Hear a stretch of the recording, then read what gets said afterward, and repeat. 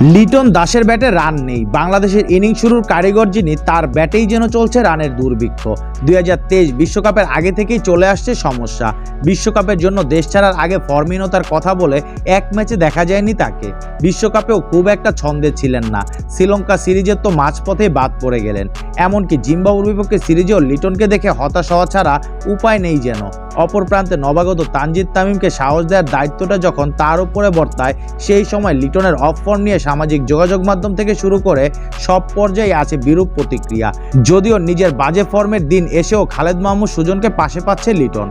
গতকাল মিরপুরে গণমাধ্যমের সঙ্গে আলাপ করতে গিয়ে সুজন বলে, সেখানে কি আমাদের সবার দায়িত্ব নেই? লিটন প্রথম ম্যাচে রান করেনি, কালও খুব বেশি রান করেছে বলবো না। লিটন বিশ্বকাপ দলে থাকবে কি না এমন প্রশ্ন দেখলাম মিডিয়াতে। এগুলো তো হওয়া উচিত না। লিটন দেশের অন্যতম সেরা ব্যাটার, ওর অফ ফর্ম থাকতেই পারে।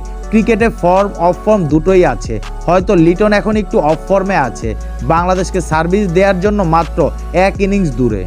লিটনকে নিয়ে আশাবাদী সুজন, সঙ্গে সামাজিক মাধ্যমে সমালোচনা নিয়ে মুখ খুলেছেন তিনি। বললেন, এগুলো আমাদের সবার দায়িত্ব। দল নিয়ে বেশি নাড়াচাড়া, ঘাটাঘাটি কথাবার্তা, এজন্য দেশে খেলা হলে ছেলেরা আরও বেশি চাপে থাকে।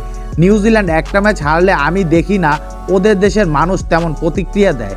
আমরা যদি হারি বা খারাপ খেলি তখন বলা হয় লিটন পারছে না। লিটনের নাম ঠনঠন দাস হয়ে যায়। লিটন এখন অনেক অভিজ্ঞ, তাকে তার মতো খেলতে দেওয়া উচিত। ওর খেলা ওকেই চিন্তা করতে হবে। লিটন ও অন্য ব্যাটারদের নিয়ে বিসিবির প্রধান নাজমুল হাসান পাপনের প্রত্যাশা শুধু একটাই, তিনি চান ফর্মে থাকুক সকলেই, চ্যালেঞ্জ থাকবেই। কিন্তু আমি মনে প্রাণে বিশ্বাস করি লিটন তাড়াতাড়ি ফর্মে ফিরে আসুক।